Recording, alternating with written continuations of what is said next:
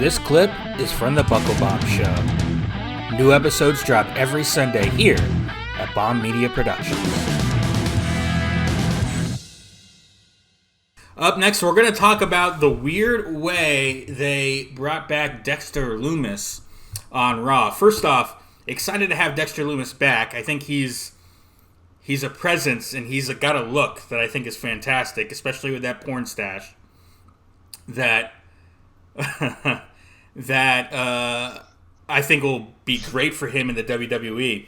But the way they brought him back was, it kind of was this viral thing. I didn't even notice it, and I was watching Raw live. I didn't notice it until I saw on Twitter everyone talking about what was that with that car crash in the background of the Kevin Owens promo, which you and I talked about that Kevin Owens promo and how great Kevin Owens is, and neither one of us caught what was happening in the background where there was a car crash, and I'll bring up the pictures here, right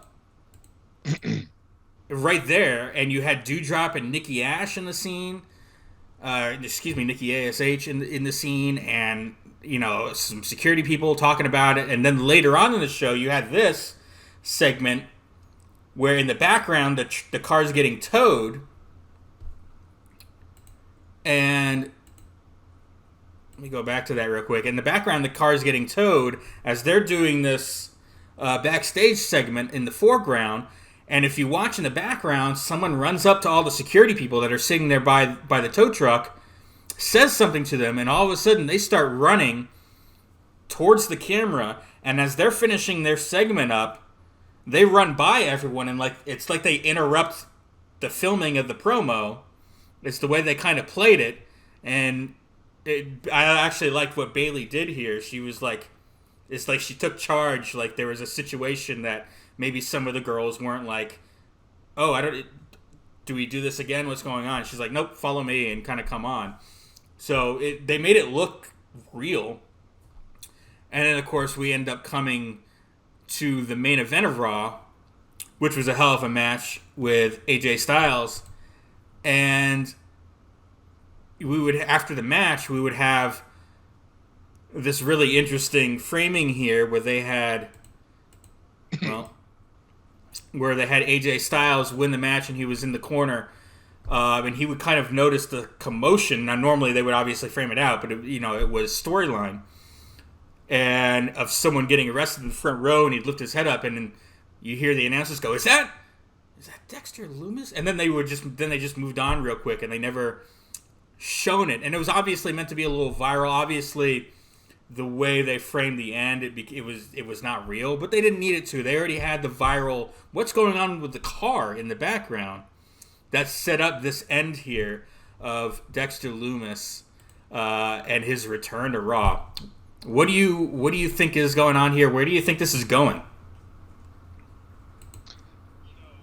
I'm not saying this is where it's going, but somebody did bring up an interesting point on Twitter, and their interesting point was just the fact that they posted a GIF of the NXT Black and Gold brand invading Monday Night Raw back in the day when they were doing the three-way Survivor Series. You had Shawn Michaels and HBK riding on the tank with the roster walking in behind them. Kind of seems like they're setting up for this weird invasion of released stars that are coming back to take their vengeance on the company now that Vince is no longer there. I do gotta say, though, the Easter eggs, the nuance of these Easter eggs was absolutely beautiful. It's one of those blink and you miss it kind of things. It's going to have me more attentive to what's happening in the background on Raw and SmackDown from now on.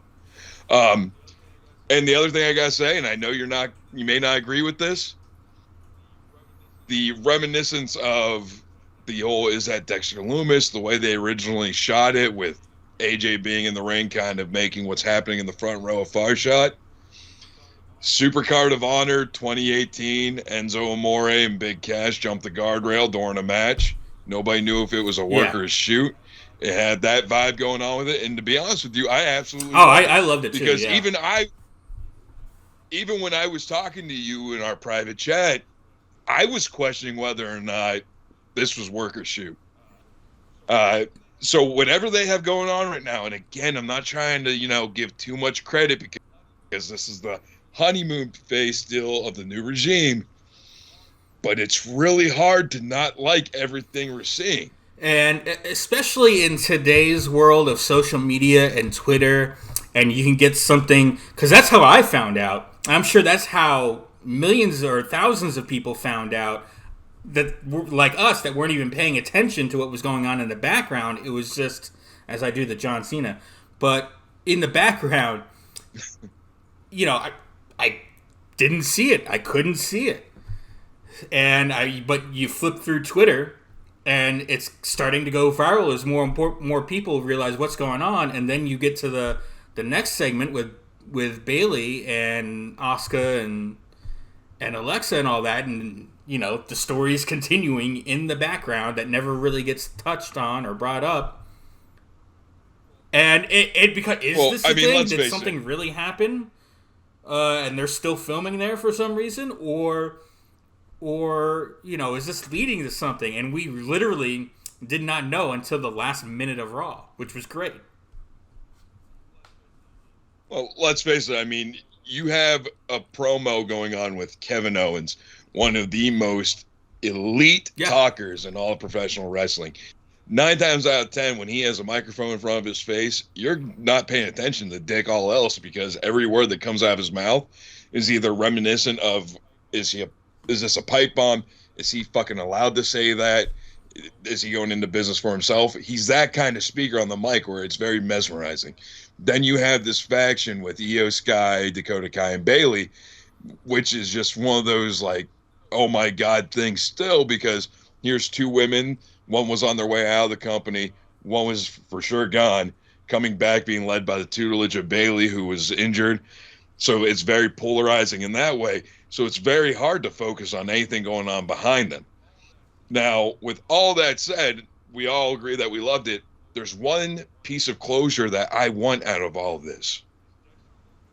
Is Dexter Lumis and Indy Hartwell still married, or did they get a divorce? Is she available? I do believe Indy Hartwell had a little on Twitter. She had a nice little reaction. I think it was just a single emoji that was like the suggestive face, if I'm not mistaken. Oh no, it was just a thumbs up emoji. That's all it was. That she posted right when it happened. Hey. Didn't she on NXT TV after Lumis was released? Didn't she do something with the ring, if I'm not mistaken, or? I don't know if she did anything with the ring or not. I remember after he was released, she had like a little Twitter meltdown. That was a shoot for, that was a work in regards to her husband being released and everything like that. I don't know what happened with the ring. I don't recall. I mean, it was weird because they were really in the middle of this story, and they released Lumis, and there was a rash of them. Parker Boudreaux, who we can talk about in our quick jabs if we want, about him being all elite now. But they were in the middle of this story with 4 of them, and 2 of the people get released. That was interesting. Steph DeLander was the other one that got released. That was a part of that story, if I'm not mistaken. What was her name? Persia Parada. All I know is that release needed to happen for both of them at the time. Because if you recall, the last thing they did was at the NXT pay-per-view that was from Texas. Before I forget which pay-per-view it was, but all they could think of to do with Dexter Lumis, the one guy who has all the potential in the world, is to have a clothing competition about who looked better. Well, that and have him making out with Indy Hartwell every show. But that was when, and he was supposed to be like this Patrick Bateman serial killer kind of guy. It was so bizarre how things go off. That was when they had like a 6-week span, and everyone blamed Bruce Pritchard, and who knows, because he had taken over. But where NXT got a little horny for a while there, you had the rise of Nikita Lyons, which I know worked for you, and we might talk about a little bit in the next subject here. But and then that whole weird foursome of I think they're moving on from that. I hope anyway. Yeah. I hope, because NXT was getting a lot like good old JR on Twitter after 9 p.m. there for a little bit. It was getting... Right. Yeah. All right. Moving on from JR and his late night Twitter.